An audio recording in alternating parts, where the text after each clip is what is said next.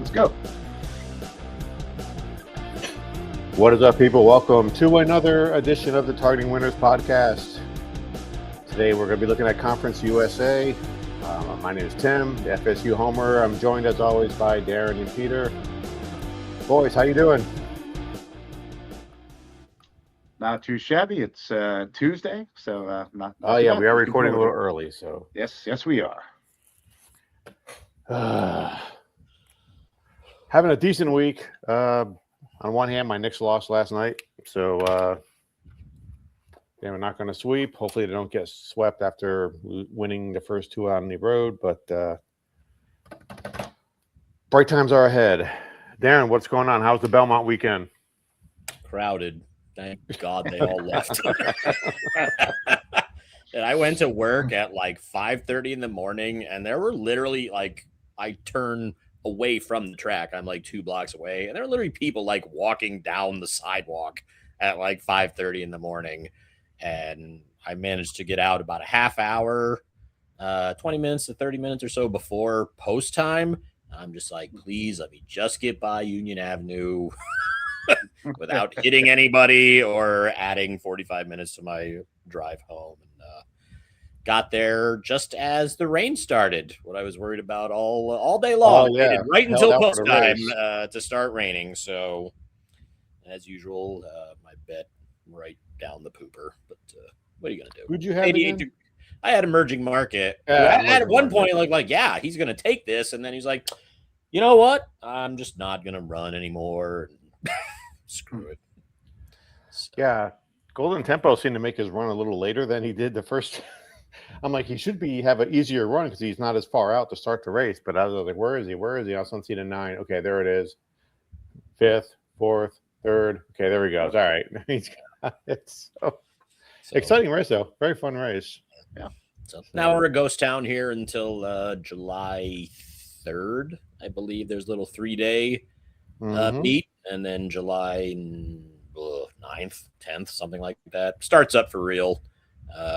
Yeah, let's try and avoid downtown Saratoga for the next 6 weeks once that time. Oh, come on. I mean, it's great for the city. Don't get me wrong. I mean, there's businesses here that literally make, their entire year right there in those 6 weeks. They don't even care what happens in the other 46 weeks. They do enough to survive just on track season alone. So it's great for the economy. But I mean, you guys know, you're all from kind of around here. It was like a big thing for us to go to the track. We're all excited. But after you live here for like 20 years, it's like, dudes, just go home. Right. I'm very glad that the Belmont will not be here anymore, and all those renovations will be done. But yeah.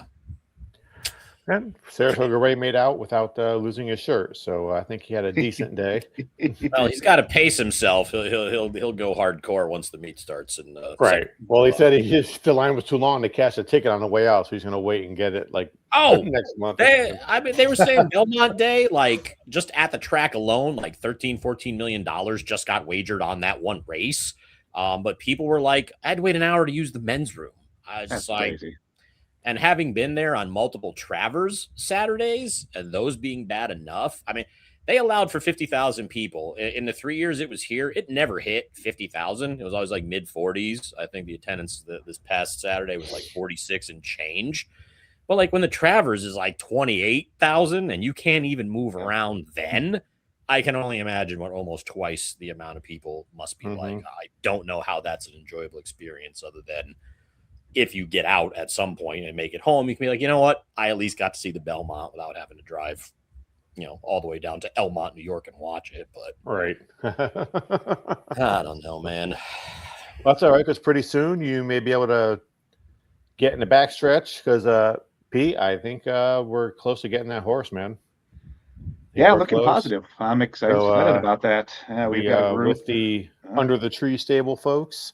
So we'll be sitting in the shade, 20 yards from the bathroom, 20 yards from the snack bar, in the shade, right behind the starter gate. So, but still, it's fun time. That's my kind of racing. You don't have to walk that far to piss. Don't have to walk that far to bet. Don't have to walk that far to eat. We're good. That's what it's all about. So yes, that's worth owning a horse by itself. So Yes. looking forward to it. So we're going to talk about the opening weekend of the 4th of July. Well, let's talk about Conference USA. Indeed. And into the group of 5. This is 6. moving up as my list. That's 6 now. Yeah, because we're not going to let the Pac-12 back into the the Power 4 just yet. This is moving up the list of one of my more favorite conferences, I think. I mean, this is a very nice one. We do know about the Brandon Sorsby news. We're going to talk to that probably on a later show. We're starting recording a little bit late today, so we'll get to that later. Else we'll go off on another tangent for another 55 minutes. So we know we want to get into the betting. Any other thoughts on this week? Well, I know Pete had some thoughts going on. What's up, Pete? Yeah, I mean, I don't want to go too deeply into it, but something I've noticed pretty interesting as we have been doing all these previews, because as all of you have noticed, right, we try to start with kind of the smaller conferences and such, and build up to obviously the big boys, and particularly we try to keep the SEC and the Big Ten for last, just because there's a lot of interest in that clearly, and we try to do those live, and we're going to do that, by the way.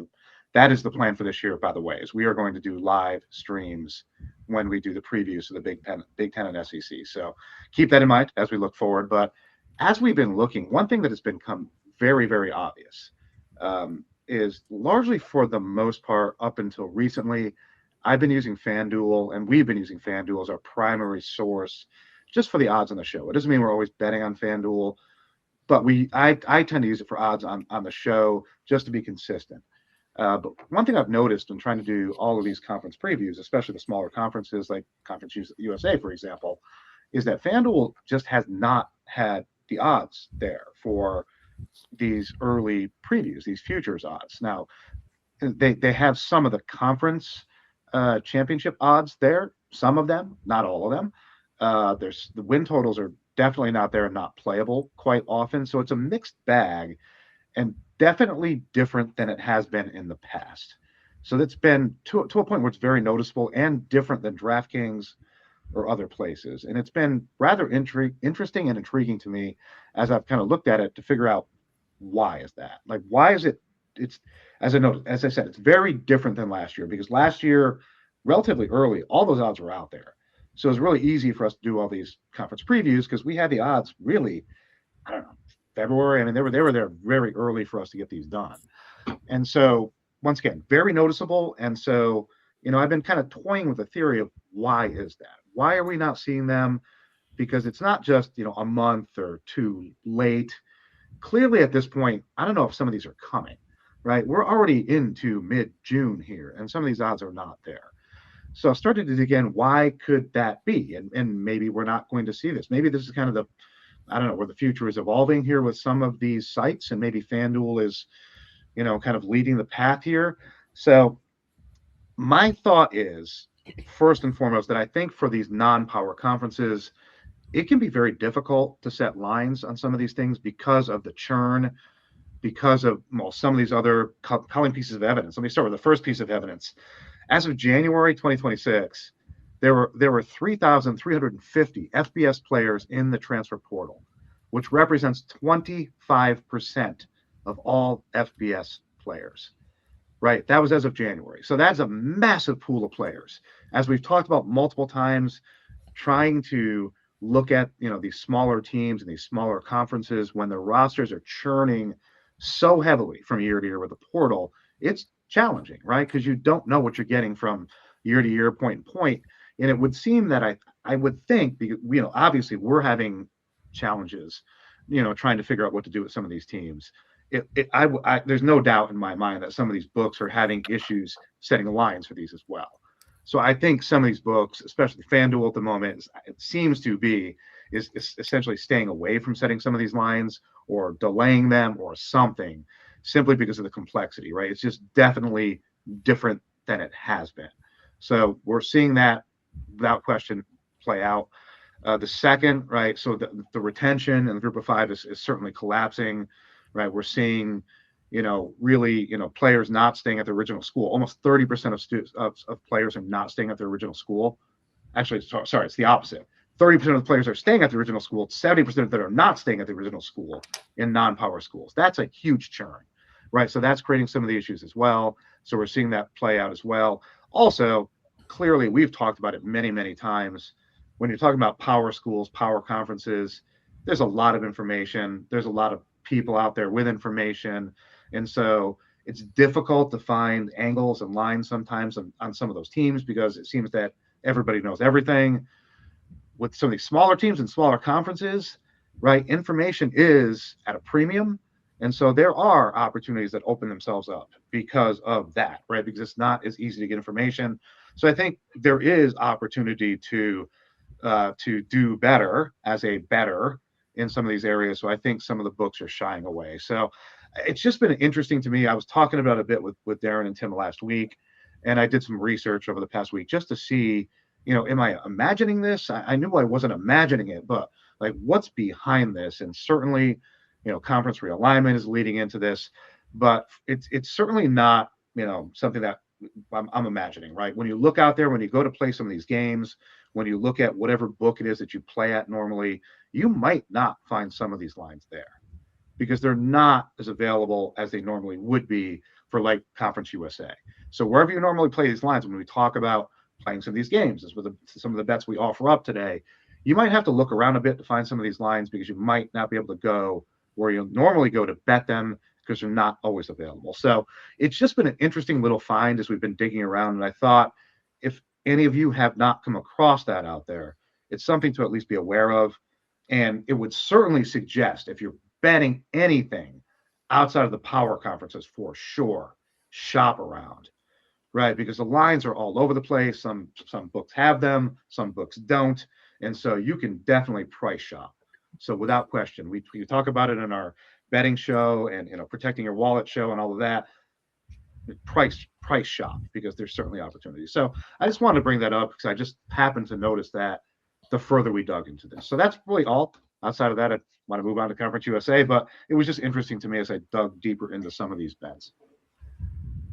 Yeah, I don't use the other one I had down here is Hard Rock, so I haven't even noticed that. But it's an interesting point of view. I don't know, Darren, if you had anything to add to that. No, and he's right, because if you guys remember, there was a time shortly after the national championship game, FanDuel was kind of the only one that had odds out for something other than the national championship. And even I looked at them this morning, they have odds to make the playoff, which some books don't have yet.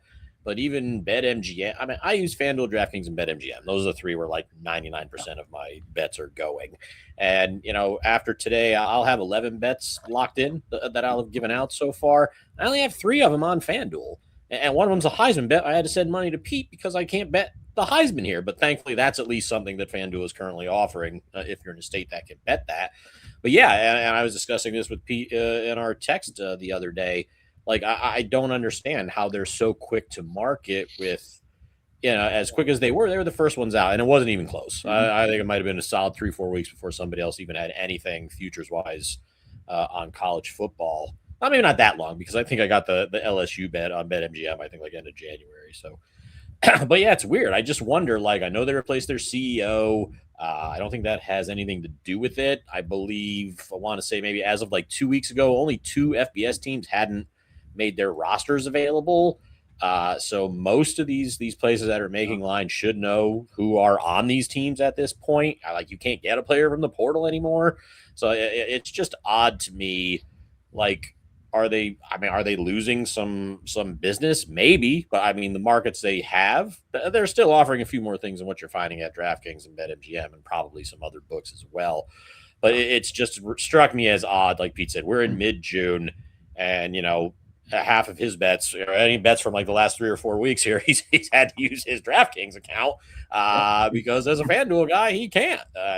One of the things we like about this show is we're actually betting what we're giving out here. So I know he's got a much more even split between FanDuel and DraftKings, much to his chagrin, because I know he's a big FanDuel guy. But yeah, it's just, and I mean, I still think they're going to come out with these eventually, but I'm kind of stunned as to as what they're waiting for. I mean, portal's done, spring practice are done. I mean, come out with it. It's just very odd, but. Mm-hmm. All right. Ready for Conference USA?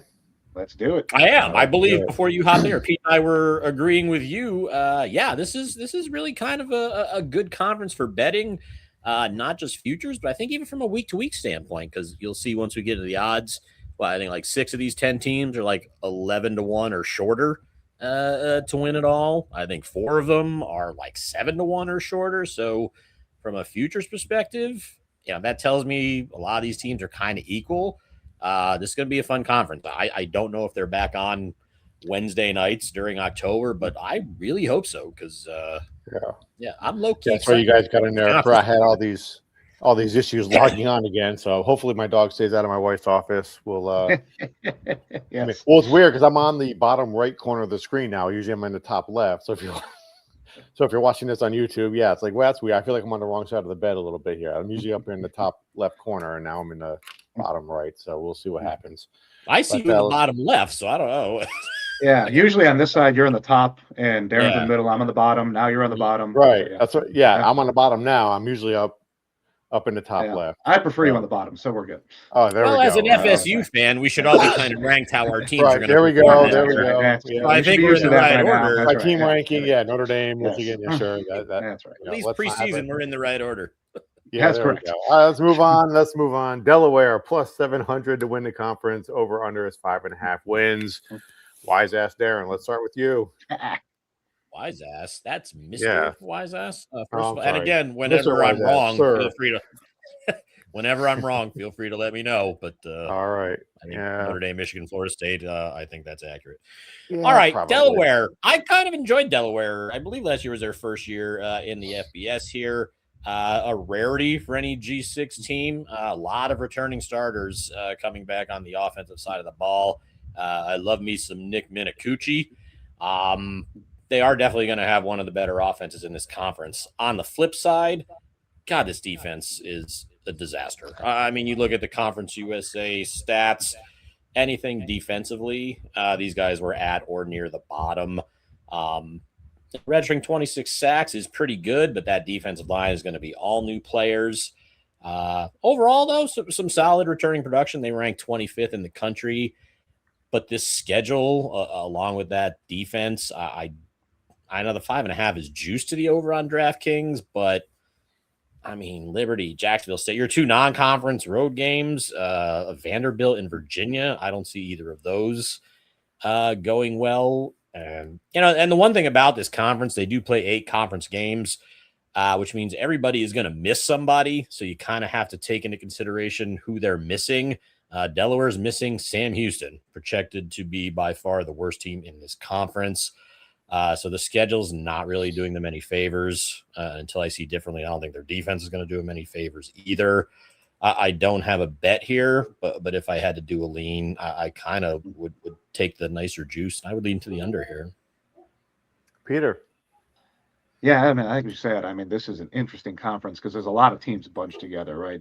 Delaware is one of the more interesting teams in this league because the market's not treating them like a normal transition team, right? Usually when a team is still proving itself at the FBS level, you see a lot of skepticism, but this is not really the case here, right? Delaware's sitting at a plus 650, plus 700 range to win the conference, which is a pretty strong signal, which is interesting. So, Ryan Carty's built a really strong identity here with this team. And this team's getting a lot of respect, which is good. You mentioned the offense, which I think will be good, right? So I'm looking forward to that. So they're not, operating like a newcomer. They're a strong culture, and they're operating like a team that belongs here, and a team that, could they contend? I don't know. Likely not because of that defense, right? I think that's the issue. That defense will be a problem, and I think that will be where they stub their toe as they go forward. But this is a team that has transferred, kind of moved in here, and is a contender here and will continue to be so, I think. So like this program, like where it's going, like the coach. You mentioned Nick Minicucci, who I like as well. So a really good piece to build around. So interesting team, fun to watch. There's going to be a lot of really good betting in this conference week to week because there's going to be some really good matchups. And tying into what we talked about before, I think the books are going to have a hard time putting numbers on some of these games. So there's going to be opportunity. And I think with Delaware, there will be some opportunities week to week betting on this team. So interesting team, not a really interesting defense, but should be fun to watch. Okay. Yeah, I'm not sure if I see 6 wins on the schedule either. I was actually leaning under myself. I know, didn't last year, didn't they like upset UConn, but then lose to Sam Houston, who won like 2 games all of last year? I can't I can't bet on a team that does that. I mean, I just can't. Well, week to week you can, because they might do something Well, weird, week to right? week I can, yeah, but I mean, what team are you getting? Are you going to get the team that could know. potentially upset a team like 2025 UConn? Or I got to go into Sam Houston, who was literally awful, like barely an FBS program by themselves. I don't know. All right, moving on. FIU plus 1,100 to win Conference USA. The over-under is 6.5 wins. I do have a play on this one. Peter, what you thinking? Yeah, I think this is the type of team that can become a problem in this conference, right? They're not a headline team. They're not the favorite, right? They're not a team that is going to lead the show. But I think Willie Simmons has brought real credibility to this team. I think they look organized, right? Which is good, right? I think this team looks organized. They look solid. I think they have an identity. I think the roster looks healthy, which is positive. So I don't the market's not treated like an automatic win, like in the past at times, and that really does matter. So I think their challenge is going to be quarterback play. We'll see how that plays itself out, but that is the handicap here, right? If quarterback play comes around, this could get really interesting for this team, because I think that 6 wins is quite attainable if the quarterback play comes around. So we'll see how that plays itself out. Defensively, they've been inconsistent. They've got to prove that they can be consistent.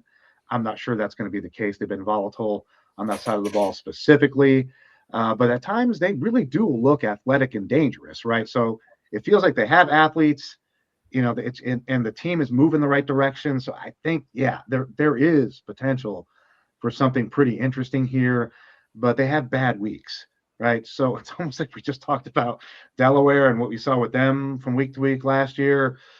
You can see a little bit of that with them, with FIU here as well. Where good week, bad week type of thing. They've got to minimize these bad weeks. They've got to get more consistent, but they are interesting, right? So looking forward to them. I'm sure I'll have a better or two on them as we get week to week here. So yeah, those are my thoughts. Darren. Yeah, this is one of a handful of teams we're going to talk about today where I'm not so sure how I feel about the roster, but I love the head coach. Yes. Pete had mentioned Willie Simmons. I know this team had lost 7, 8, 9 straight years. He finally gives them a winning season, which was certainly not one of their best teams. Well, they did have an excellent running back, Owens, I believe his last name was. If I was going to go over here, this is basically a bet on the schedule. I actually do kind of like their quarterback. You had mentioned that they got the kid JJ Cole from App State, who I think had like a 12-2 TD to pick ratio. He's a big dude, so I mean, it's not like he's going to get brought down pretty easily, despite what looks like there could be some offensive line issues here. There's no returning starters coming back from that unit, so that's kind of a problem. But their home schedule, they could literally sweep this. I mean, there is nobody difficult that's coming to them. The flip side, they could lose every single one of those road games. So I don't know what to expect here. I mean, South Florida and FAU for your non-conference road slate. And then you got the top 4 teams odds-wise on the road: Jacksonville State, Liberty, Delaware, and Kennesaw. But you do miss Western Kentucky, which is also certainly helpful. I don't know what to do with this team, so I'm going to sweat out somebody else here. Yeah, that's what I saw. I think they could sweep their home schedule. They cut back on the turnovers. Turnovers killed them at the end of the year last year. I think the last 4 games they had like 8 or 9 turnovers. Like I said, they got the quarterback, got the running back. I do like the coach. Like I said, beat the bottom half of the league. Now they got 6 chances to win 1 game to hit the over. So I did bet, got plus money. So plus 120, I put 2 units. I put the over of 6.5 wins for FIU. Again, love the coach. We agree a lot there. Coming back for another year. Win a couple of those toss-up games. I think they can do that. They can manage 1, maybe even 2 wins.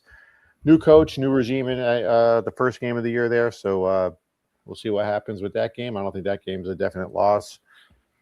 I like them at least getting the 7 wins this year. So, FIU plus 120, 2 units, over 6.5 wins. Any final thoughts? No, it's a good bet. I'll take that. Yeah, with the plus money. Yeah, I love any future bet with win total when there's plus money involved.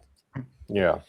So, all right, Jacksonville State plus 450 to win the conference, over under 7.5 wins. Peter, let's start with you on this one. We got Jack State. Yeah, I mean, this is the team that I trust most in this conference, probably, or at least one of them, right? They're not really a cute transition story. They've established that they can compete here, and they've established that their style travels, right? So Charles Kelly has kept this team program physical and competitive, which they have shown, which I like. They don't feel like a team that needs everything to break right to be good, right? Some of these other teams where I think where the separation is going to happen. So we talked about a lot of these teams being kind of bunched together. This is a team where I don't think they need all kinds of stuff to break right for them to be good. They are good and they have a floor, right? So I think they're stepping off that floor. That's what makes them a little bit different. There's a couple other teams here that also have a floor, right? That they have a floor. They're going to be organized. They're going to be good. They're going to be tough. They're going to be in games. That's why that number is the way it is. It's no surprise here.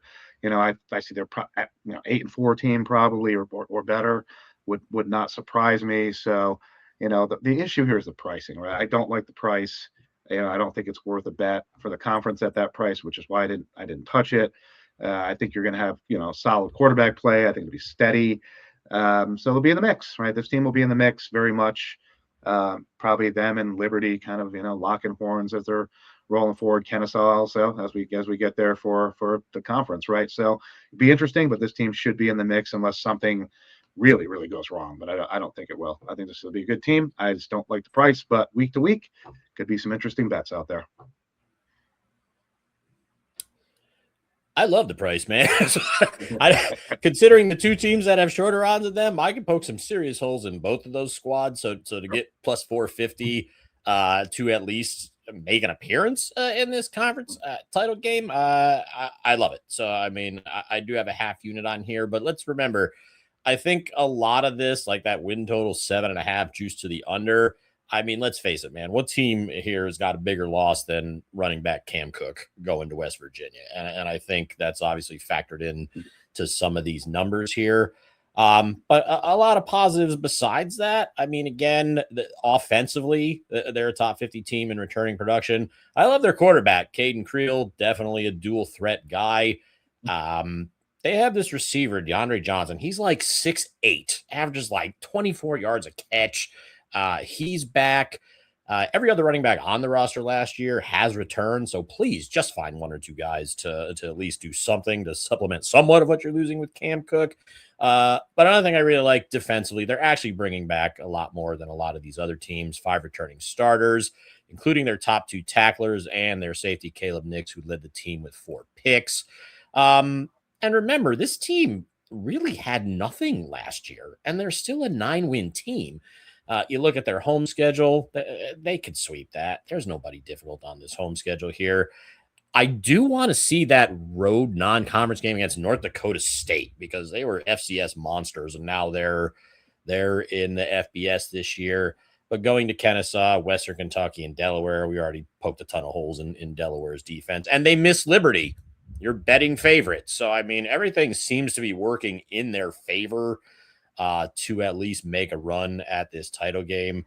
The two teams shorter than them, they're under 3-1. I don't want either part of that. But yeah, I love the 450. I was trying to get 5-1. I was bitching to you guys. I was looking for a profit boost to try and find something to give me 5-1. No such luck. Apparently nobody cares that I want to bet college football in mid-June. But yeah, I love what this team's bringing back defensively.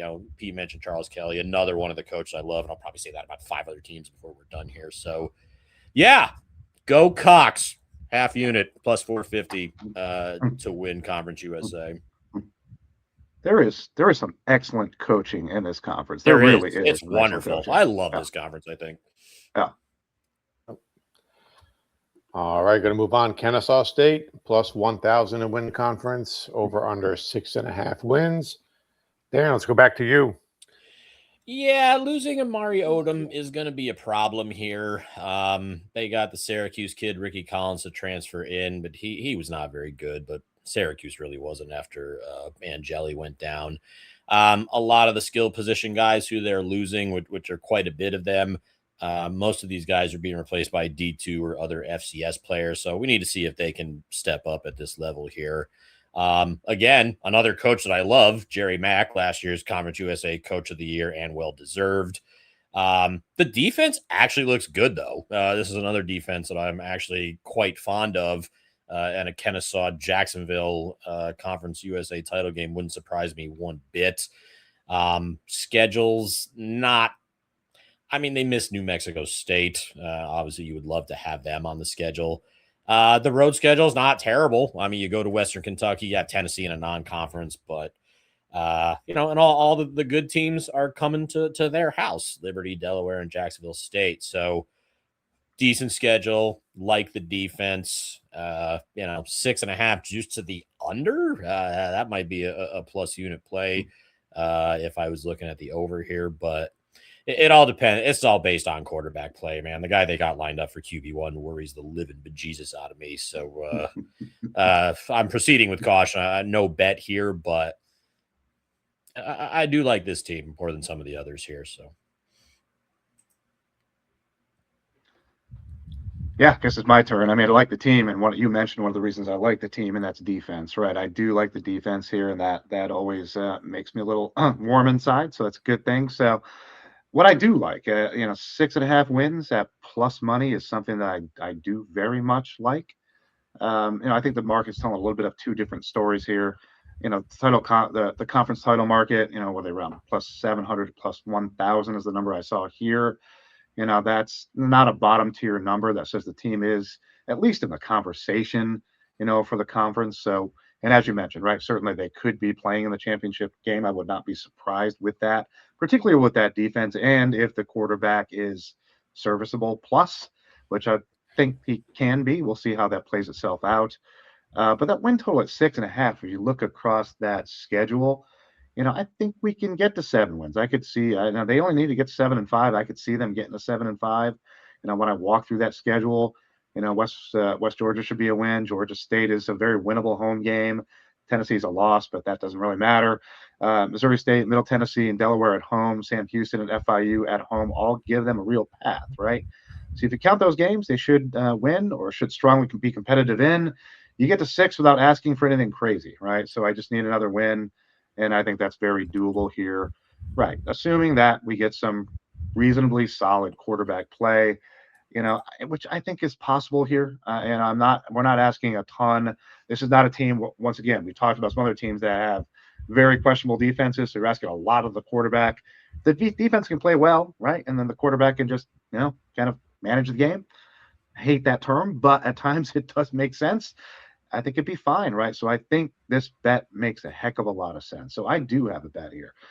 So I am going over 6.5 wins. I got some plus here, plus 120, and I'm taking 1 unit. And I thought for me, that was just something I could not walk away from. And so my comment before, where I didn't like I don't like the conference championship pricing on any of the teams in this conference. I think there's just too many that are just way too short. And I don't trust any of them enough to bet it. But I do like I think some of the over-under, the win totals are pretty nice. So there is some pretty good opportunity here for some of these bets. So it's going to be a really good betting conference throughout the year, I think, because it could get interesting. So I can't wait. So anyway, that's my bet for this week. All right. Tim had to step away for a second. So yours truly is in charge of the slides. So just bear with my stupidity here for a second. Oh, hey, there we go. It's a good thing he's gone because I'm about to get aggravated. All right. The Liberty Bibberty Flames, man, plus 260. You're betting favorites yet again to win the conference, just like they were last year when they went 4-8. Win total of 8.5. I see this juice to the under. Pete, I got burned twice by Liberty in 2024, and I've hated them ever since. This is a program that supposedly has so much more money and resources than any of these other 9 teams in the conference, yet they seemingly underachieve.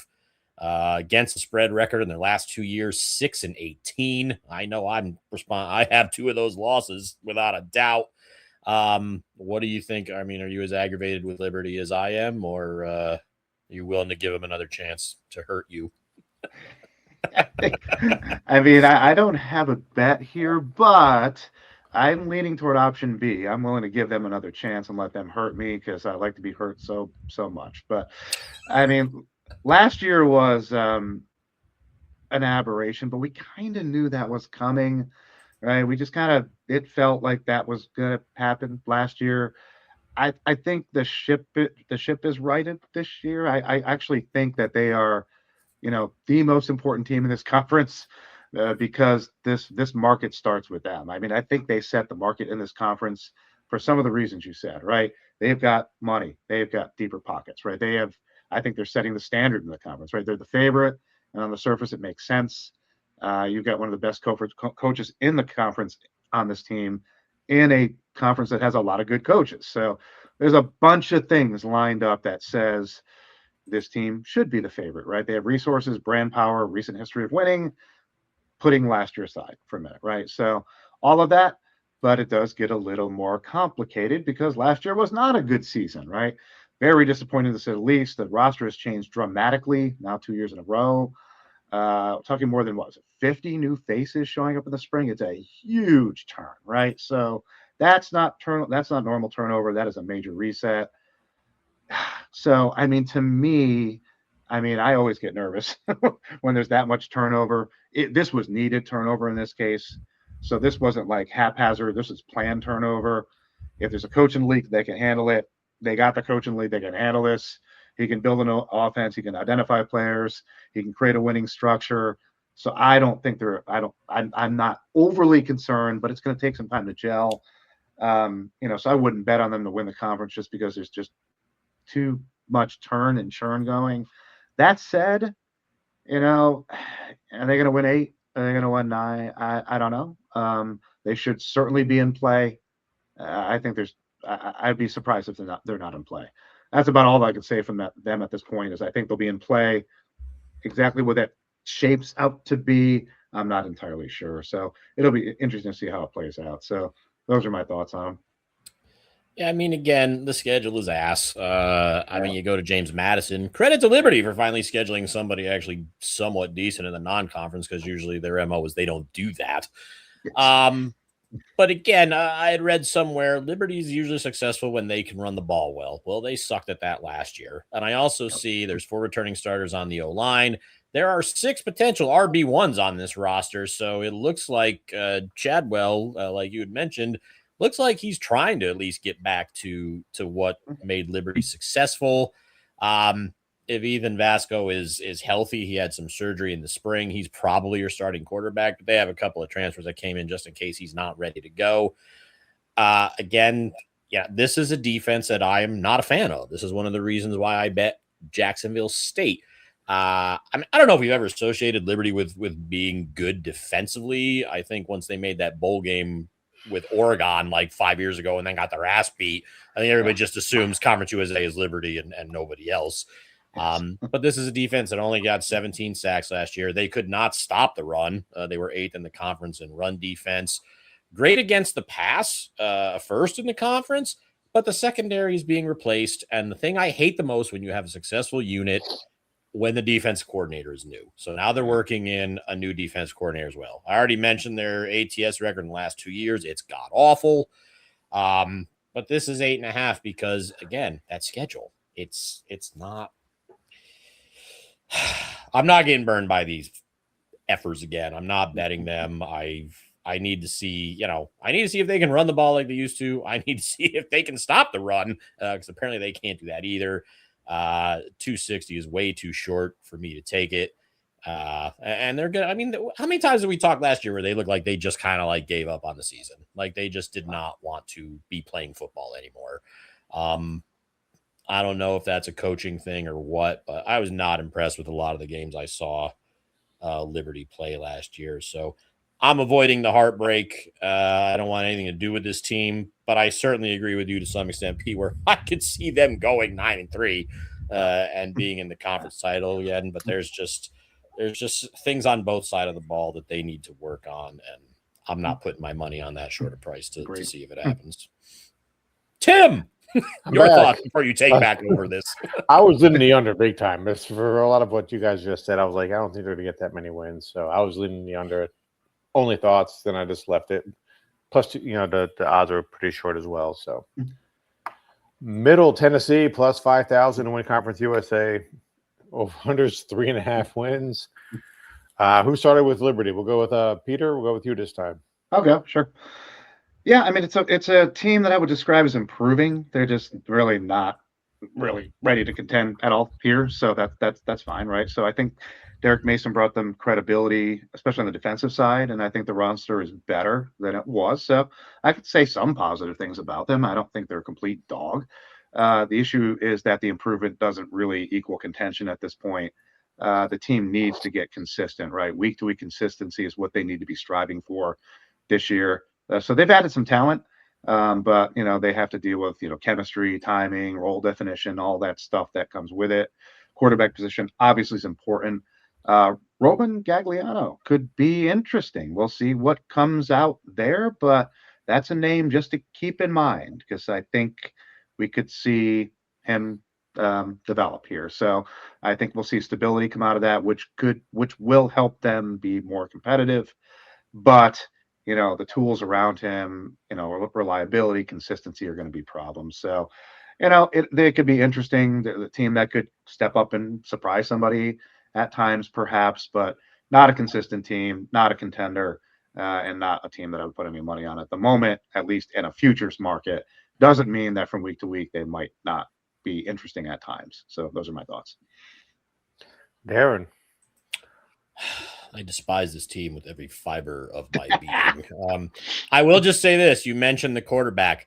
I like the quarterback, but that's about it. I mean, he started the last 3 games last year. He won 2 of them. So at least that there's something promising at the most important position on the field. So I will give you that. But I can't find anything else I like about this team. Offensive line. Well, all right. The offensive line is brand new. They gave up 30 sacks last year. So maybe they need 5 new guys in there. Your top 4 tacklers are gone on defense. They rank 115th or worse in returning production for both sides of the ball. So this awful team, God, they're just not bringing anybody back, and maybe that's a good thing. Right. This is the one coach in this conference I am not a huge fan of. He keeps getting rid of coordinators every year, but the dude's 6-18 in his 2 years. So I'm fairly certain I haven't seen Mark Haynes' rankings in a while. But I guarantee Derek Mason's in the top 10 of his hot seat list because I don't know how he survives this season. This schedule, Delaware, Kennesaw, and Western Kentucky come there. You got 2 road non-conference games against Marshall and Kansas. Those are probably going to be losses. You miss Missouri State. Missouri State's probably better than of course, most people are probably better than these guys. So I guess whoever you're missing is probably a good thing. The under 4.5 is juiced. I agree with that completely, but God, I hate this team so much. I don't see it, man. I mean, Derek Mason was a great player, but I don't think he's meant to be a head coach. I mean, Tim, take over. Yeah. This team's making me we talk about the schedule. I just may say a memo to all the other college football schools. If you're going to present your schedule, follow the Middle Tennessee model. You can actually read all the teams. Really easy to follow. Some of these I'm printing up. I'm like, how the hell are anyone supposed to read this? But that's the best thing I can say about their schedule. I don't think they're going to win, 3 games this year. Feel bad for Derek Mason. My wife doesn't. She hates the Titans, so she's fine with that. So that's pretty much all we can say. I mean, the thing is, I can't bet more than like 1 futures bet on these group of 6. But if I was going to have a second one, it would be on the under 4.5 for Middle Tennessee State. So if somebody really wants to bet something, and I'll use my opinion, which I wouldn't blame you if you didn't. That's would be where I would go with another bet if I had to make one. But solid, strong lean to the under for those guys. All right, Missouri State. Here's another 4.5 over under. They are at plus 3,000 to win Conference USA. Darren, let's keep it rolling with you. Missouri State. Well, as much as I loved Roman Gagliano, I'm not a fan with either QB here. I don't know who's going to be the number 1 guy, whether it's a Duke transfer, Henry Bellin, or if it's going to be the UTEP transfer, Skylar Locklear. I had a futures bet on UTEP last year. I don't really need to see anything more of Skylar Locklear. But the new offensive coordinator also came from UTEP. So shout out Missouri State fans. You're probably in for a long year of sad offenses. You lost your 1,000-yard rusher for last year, so I don't know where you're going to get a running game from. Not a lot of returning production on that side of the ball. Same thing for the defense. Outside of keeping your leading tackler, there's not much experience left here. You did beef up the defense in the portal, so at least you recognized where you lost a lot, or at least trying to do something. But this O-line and D-line both took a ton of losses, and whenever I see those two units that are potentially going to struggle, this is a complete stay away or a fade for me here. You missed Middle Tennessee State. Boy, I would love to see those two teams match up. No, I'm kidding. I would not want to see that. Fantastic. Non-conference road games, Texas A&M and SMU. Oof, what could possibly go wrong? Again, another underlean here for me. I just don't like what this team is bringing back either side of the ball. So I am avoiding. All right, Peter. Yeah, I don't have much different to add, right? I mean, at the end of the day, this team is, their ceiling is maybe bowl eligibility if everything goes right, which I don't see happening. That'd be a really strong season for them. I don't see it. If they get 4 wins, the schedule is not doing them a whole lot of favors for that win total either. The quarterback play is questionable. I think Bellin's probably going to win the job. I don't know what that's going to mean for this team. I mean, maybe you could stabilize it. I don't know. But yeah, the market's cautious. I'm cautious along with them. They're not priced like total bottom of the barrel team, but they're certainly not a contender in any stretch of the imagination. So yeah, I don't know. They might have some degree of upside, but there isn't a whole lot here. So I just, it's not worth throwing money at this team. I'm not really sure what they are, where they're going, or what they're going to be. So just not very good. So as I said, maybe 4 wins, maybe 5. But I said bowl eligibility would be a fantastic season for them. I just don't think they're going to see that. So that's that. Yeah, I was leaning under. They got Sam Houston at home. I'm having trouble finding another win. Actually, maybe. I might talk myself into a second bet. I don't know. I've lost track of how many bets I've made already. I really got to. I can tell you. I have at least 9. I think I've got at least 9 because I think you're the leader in the clubhouse yet again at this point. You certainly are. So. But you definitely are with units. But yeah, well, I feel pretty strongly about the pick, so we'll see how they turn out. But yeah, let's move on before I make another bet here. So we got please don't. Yeah. New Mexico State plus 2,500 to win the conference. Your over under is at 4.5 wins. Peter, New Mexico State. Yeah, what's your take? This team is, to me personally, they're annoying to handicap week to week because they can be dangerous in spots. Not from the futures perspective, just from the week-to-week perspective. From the futures perspective, they're priced at 4.5 wins. That's pretty much where they belong. I think that feels just about right. They're not a total disaster, but I don't really know.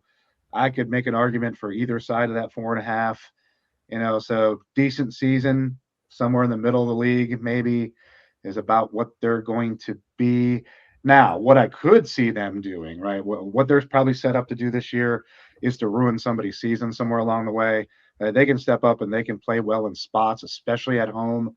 And I could see that happening as we move into the season because of the way these teams are all bunched together around this conference title. I could absolutely see New Mexico State ruining somebody's conference title chances later in the season. That I could see, right? That's where this team could do something in this conference that means something. They're not running for the conference. That 4.5 is, I said, they're probably sitting right on the fence on that thing. So, yeah, as we move into the season, I'll be keeping an eye on them because if they're in a situation, right? So what? November 7th, Liberty, right? Interesting, right? So there's a couple interesting games you're getting later in the season there that could get intriguing. So we'll see how that plays out. We'll see how they're playing. And it might be worthy of a bet then. Just now, yeah, I don't see much to play on. So those are my thoughts. Darren. This is the one team in this conference that is very interesting to me. Their quarterback, was it Logan Fife? He was awful. But to be fair, he didn't have a whole lot of help on that side of the ball.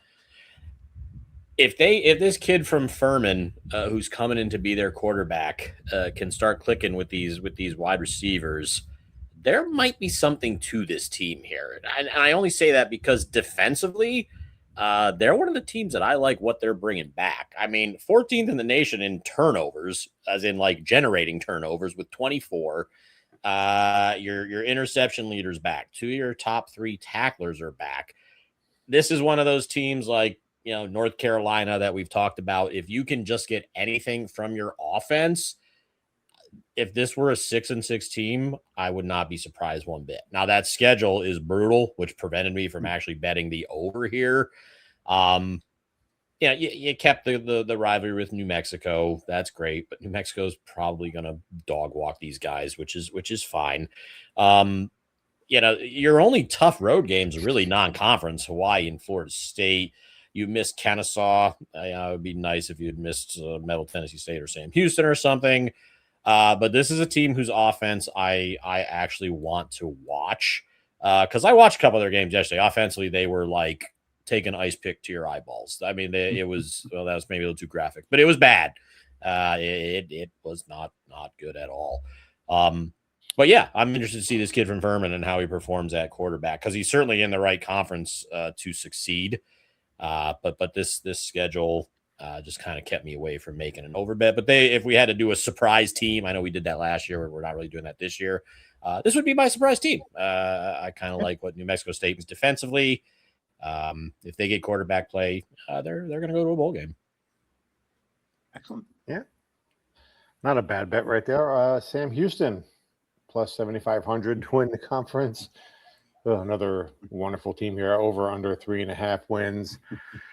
They were kind of good a couple years ago, weren't they? And then they just fell off. They were like a 10-win team. Yeah. I mean, whew. Peter, let's start with you on Sam Houston. Yeah, great. Another bottom dweller to talk about. It's not hard to understand why here. Well, the one thing about this team is that it's almost like the same script I just talked about. This is a team that is one of those upset potential teams, right? It's the roster. Yeah, there's a lot to prove here. Could they be more competitive than the record at times? Maybe. I think on the offensive side of the ball, with Phil Longo and his kind of his reputation and such, maybe something could happen there. But there's no depth in this team, so a full season is an issue. Win total of 3.5. Once again, kind of where I would think it should be. Could they beat expectations? I mean, if they're going to, right, the offense has to be significantly better, and the defense somehow has to avoid getting worn down, which means the offense has to be better, right? I mean, because the offense just gets beaten down out there because the offense is doing nothing, which is a problem for this team. It has been a problem for this team. That's got to change. If that doesn't change, they're not doing anything. Can there be a game plan here where this team could steal a game somewhere along the way? Perhaps. But this team doesn't have depth. This team does not have the talent to match up with most. So, can they cover some spreads? Perhaps. So, once again, week to week, interesting things, maybe, but probably not going to be doing a lot of Sam Houston plays this year. I just don't see a lot to play with, but those are my thoughts. Darren. All right, I lied when I said New Mexico State was the only team that intrigues me in this conference. Yeah. I forgot that Sam Houston actually intrigues me as well. And I know you're probably all giggling and choking on your oatmeal here, and that's all well and good. But let me just tell you what interests me a little bit. First of all, it can't get any worse, okay? Offensively, points scored and yards gained. Defensively, points allowed and yards allowed. Yeah, they were dead last in the conference. I get that. However, their quarterback does come back after playing 6 games for them last year, so he's got some experience. He's got their 2 leading running backs. He's got his leading receiver. All right, he does have to work with a whole new offensive line. Obviously very concerning to me, like I said earlier, but there's something there at least from the skill positions on the offensive side of the ball. Defensively, this team brought in more transfers from Power 4 schools than anybody else in this conference. So they're not getting people from D2 or FCS on that side of the ball like all these other schools in this conference are. So there is some more quality coming in here. Defensively, overall, they rank 80th in returning production, which is actually better than 5 teams in this conference. And again, I don't know if you guys remember this, they were having renovations done. They played every single game away from home. And I mean, you guys know whenever a team does that, they do seem to struggle a little bit. So renovations are done. So they are kind of back on their campus, which certainly can't hurt. I'm not confident enough to bet over 3.5. But like Pete said, there's some opportunities here to play this team week to week. I mean, they're not going to go to Texas Tech and win, obviously. They do miss Delaware. But I mean, other than that, I don't hate this team. Not confident enough to bet in them, but along with New Mexico State, they do intrigue me because they do bring back some interesting pieces here. And in this conference, honestly, that could be all it takes to make you somewhat competitive, which I don't think they're going to be, but interested to see what they look. All right, they're not going to be 10-2 like they were 2 years ago, but I don't think they're going to be 2-10 like they were last year either. So we'll see. How does one choke on oatmeal? Very carefully. You threw me there for a loop. If you don't put enough liquid in it to get it to the point where it's a smoother consistency, or you don't let some of those oats soften up, or you take too big a spoonful, maybe you got a solid chunk of brown sugar in there. Oh my goodness! I'm just saying, there's a whole thing. We could do a whole video on choking on oatmeal. If you're starting your morning with oatmeal and you listen to me say that, I would understand if maybe you're dusting off your laptop screen. That's all I was saying. I couldn't think of a food. I had a brownie before we started, but I mean, like, the brownie was good. I didn't choke on that. It was a s'mores brownie. Oh, no. I mean, what's wrong with that? There we go. There we go. Moving on. Follow me for more baking tips. Yeah. There we go. Now we'll go to the team with the best mascot in the conference. Here we got Western Kentucky, plus 275 for the conference, over under 5.5 wins. Chef Darren, let's go back to you.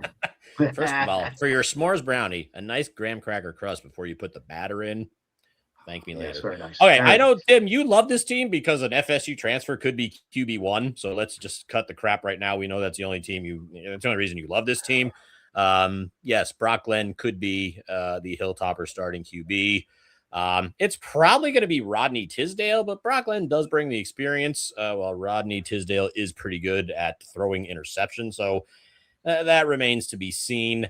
Not a lot to work with here offensively. So this plus 280 to win the conference kind of worries me. Their red zone defense, excellent. I mean, you look at some of their stats, they gave up 400 yards a game, but only 23 points. How is that possible? They were first in the nation defensively at giving up red zone TDs. They did not let teams get in the end zone a whole lot. Only 6 transfers brought in on this side of the ball, and this team is 133rd in returning production. All that being said, I can't doubt what Tyson Helton does with this team. He always seems to win like 8 or 9 games every year. But yeah, I saw plus 280 and then like a 6.5 win total. That doesn't make any sense. Well, they go to Georgia. I mentioned that too. I'm like, well, their non-conference schedule. They go to Georgia, they go to Indiana. So there's 2 losses right there. So now you're like, can they go 7-3 with the rest of their schedule? And they certainly could, but there's just not enough coming back here to justify that plus 280 to win the conference. And again, another reason I don't like what Liberty has defensively. I don't like what Western Kentucky has defensively. So Jacksonville State was next team up to bet on to win the conference. So, I didn't have a lean or a bet here because I think the 6.5 may be a little low, but this conference, I mean, there's so many teams between that 4.5 and 6.5 win total. It's like, I don't know. I don't see where they're just bringing enough back to be competitive. This has got to just be, if you're betting over, this just got to be a play on the coach. I mean, I don't know what this team's got that would make me believe that this is a conference winning team. Over to Peter. Yeah, I mean, I think you nailed it, right? Western Kentucky is like the boring answer in Conference USA, and sometimes boring is the answer you want, right? Tyson Helton has built one of the most consistent programs in the league. I mean, every year this team seems to, win 8 games somehow. They seem to have a quarterback, which I think will come up with one again here, seems to have an offense and seems to be in the championship conversation, right? That just seems the way it plays out. I don't expect anything different this year. Really good coach, seems to get this team to play well and win games. And, I just think that will recur, right? The stability matters in a conference where several teams are dealing with transition, churn, or other realities. Liberty has roster questions. Kennesaw is trying to prove last year was the new baseline. We talked about some of the others, right? So, I think the issue is that the concern is that the market knows everything that this team does, and yet they don't seem to be able to stop what they do, right? So I don't like the numbers. I mean, I would not bet on them to win the conference. That's way too short of a price for me. That win total is interesting, right? I mean, making an argument or a play on the over would be interesting, maybe. Don't love their schedule, but I think it would be interesting simply because I'm betting on the track record of the coach. Exactly what Darren said, right? He seems to win eight games every year. Why would I think he's not going to win eight games this year? If I think that's like par for the course, the over looks interesting, period, right? I mean, from that perspective, very interesting. I mean, if I was gonna forget the numbers, if like we were just playing no numbers, if I was gonna pick the most likely champion, it'd be hard not to have them at least in consideration because they are up there all the time. So, and those are my thoughts on them. The numbers aren't great. I wouldn't bet anything here, but leaning on the over a little bit. But yeah, we'll see how this plays out as we move into the season.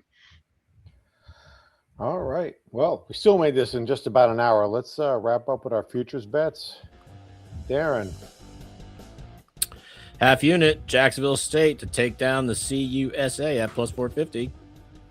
Okay, I've got FIU over 6.5 wins, 2 units at plus 120. And Peter, what you got? Yeah, I got 1 unit at Kennesaw State over 6.5 wins plus 120. All right. Well, that's going to wrap this up. Thank you all for listening. We hope you enjoyed it. Please don't forget to subscribe to the channel. It really helps us out. We appreciate it. And we will see you next week. Have a good time.